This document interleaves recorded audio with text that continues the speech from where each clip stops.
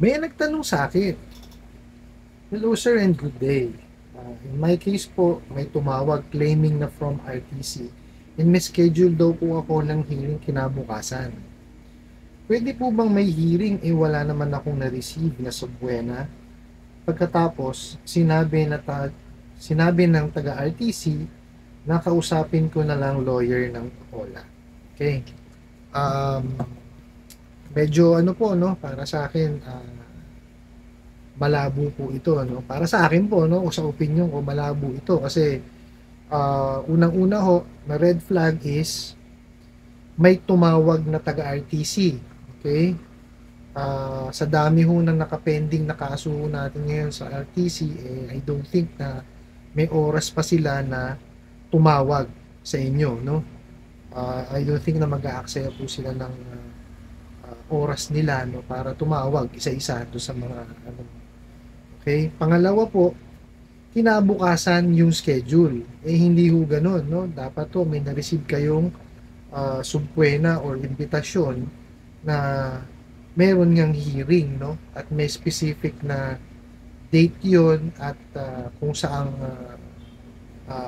siya gaganapin. Ano po?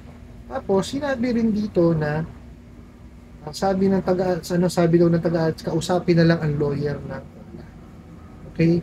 Um, Hindi ho magsasabi ang RTC nito sa inyo na tawagan na lang ang lawyer ng OLA.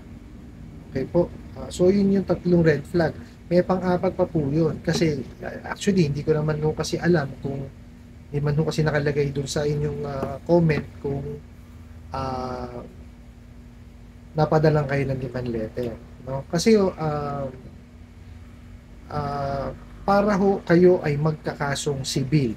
Sibil ho kasi ito eh.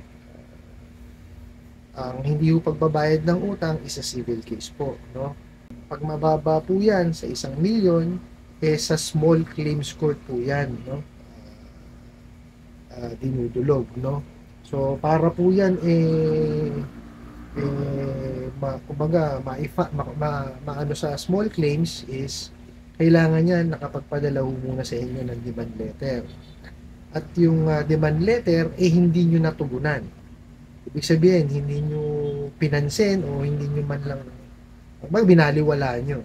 So, yung pong lending company, no, may karapatan sila na gawin, kumbaga magsampa na ng kaso sa small claims court, no? Kasi meron na silang demand letter eh.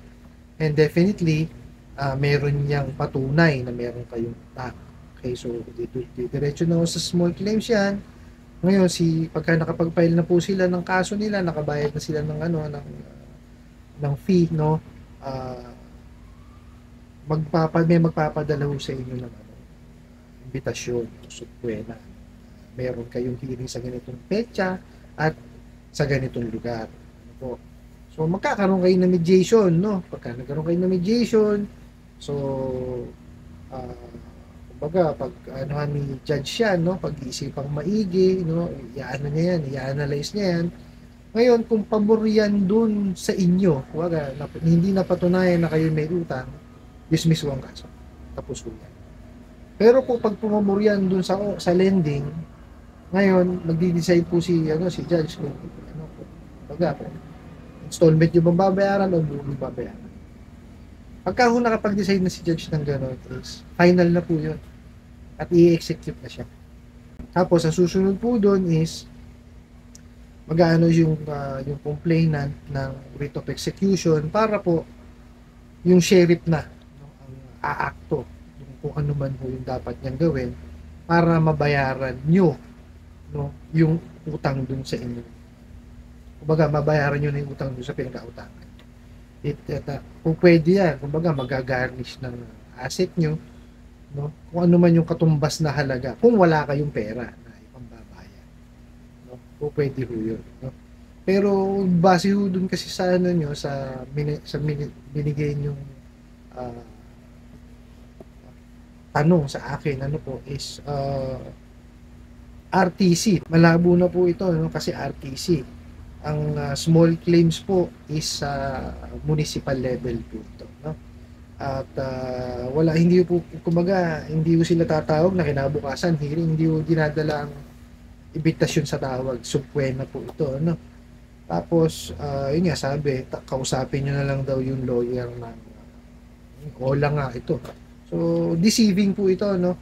Um, yung ginagawa nila is, panluloko, actually, hindi man sila naninil, eh. Nananakot lang sila, eh, di ba? So, well, kagaya ho ng lagi kong suggestion, no, kumonsulta po kayo sa abogado kasi sila ho ang nakakaalam ng batas, eh.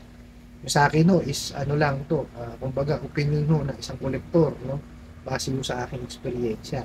Pinakamaganda pa rin po niyan is kumonsulta ho kayo sa abogado, ano po.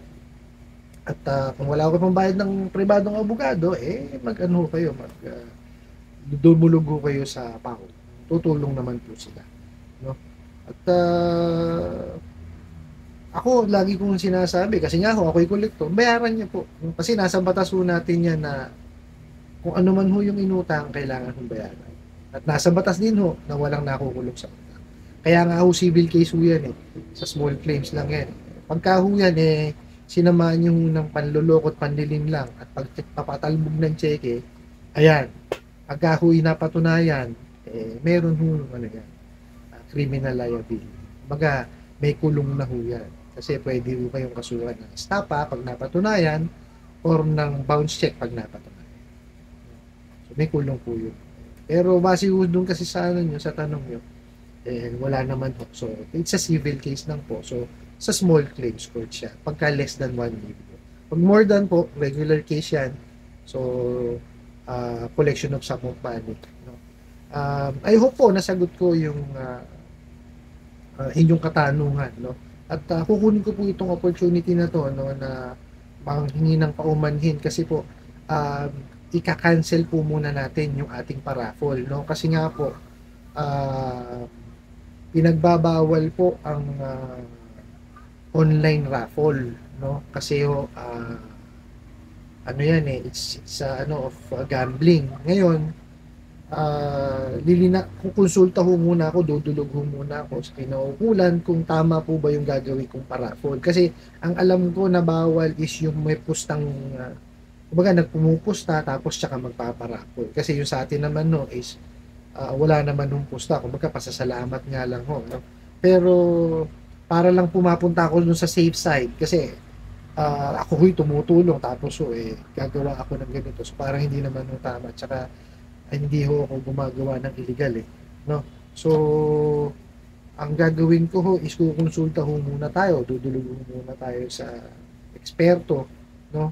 Kung tama ho ba yung gagawin ko na paraffol. Ngayon po, pagka sinabing hindi pwede, eh, hindi na ho natin tutuloy. Pero pagka sinabi yung po pwede, eh, tatanungin ko ho kung ano yung mga dapat kong gawin, no? Para ho matuloy natin, no? Sa ngayon po, ika-cancel ko po muna siya, no? Mag-update na lang po ako, no? Pasensya na po kayo, no? Sa mga nakasali na nakapag screenshot na, pasensya na po at hindi ko rin naman kagustuhan to. Gusto ko lang ho naman maitama ako para hindi ho tayo mapasama, ano po. At kunin ko na rin po itong opportunity na to para po magpasalamat, no, sa lahat po na sumusuporta. Maraming pasalamat po. Overwhelmed po ako sa mga nare-receive ko mga tanong, no? Hindi ko man po siya nasasagot isa-isa, pero sana po nasasagot doon sa mga videos natin. Ano po? Sa ngayon po, yun lang.